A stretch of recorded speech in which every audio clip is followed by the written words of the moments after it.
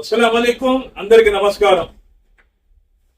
వక్ఫ్ board గురించి, వక్ఫ్ సవరణ చట్టం గురించి ఏదైతే మొన్న జరిగినటువంటి లోక్సభలో వైఎస్ఆర్ కాంగ్రెస్ పార్టీ ఖచ్చితమైనటువంటి నిర్ణయంతో వక్ఫ్ సవరణ బిల్లును వ్యతిరేకించడం జరిగింది.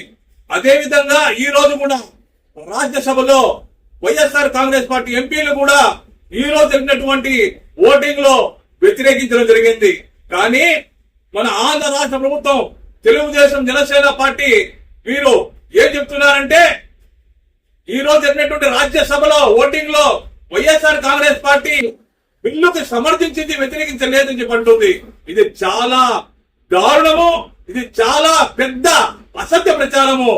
కాబట్టి ఒక్కటే చెప్పదలుచుకున్న ప్రజలారా, ఒకటి మాత్రం వాస్తవం, లోక్సభలో అయితేనేమి రాజ్యసభలో అయితేనేమి తెలుగుదేశం పార్టీ మరియు బీజేపీ మరియు కూటమి పార్టీ ఎంపీలు ఖచ్చితంగా బాహాటంగా ముస్లింలను తీవ్రంగా అన్యాయం చేసే విధంగా వక్ఫ్ సవరణ చట్టానికి వారు ఆమోదించేశారు.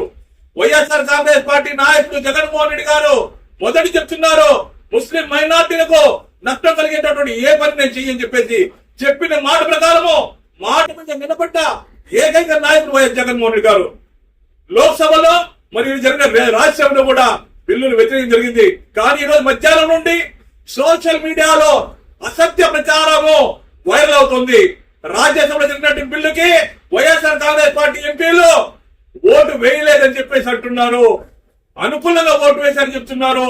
ఇది నమ్మకండి, ఇది అసత్య ప్రచారము.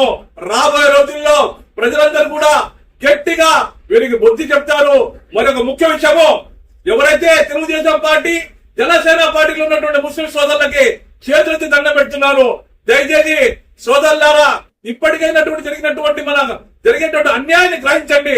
మీరు ఆ పార్టీలకు మీరు స్వచ్ఛందంగా రాజీనామా చేసి జరిగేటటువంటి పోరాటంలో పాలు పంచుకోండి.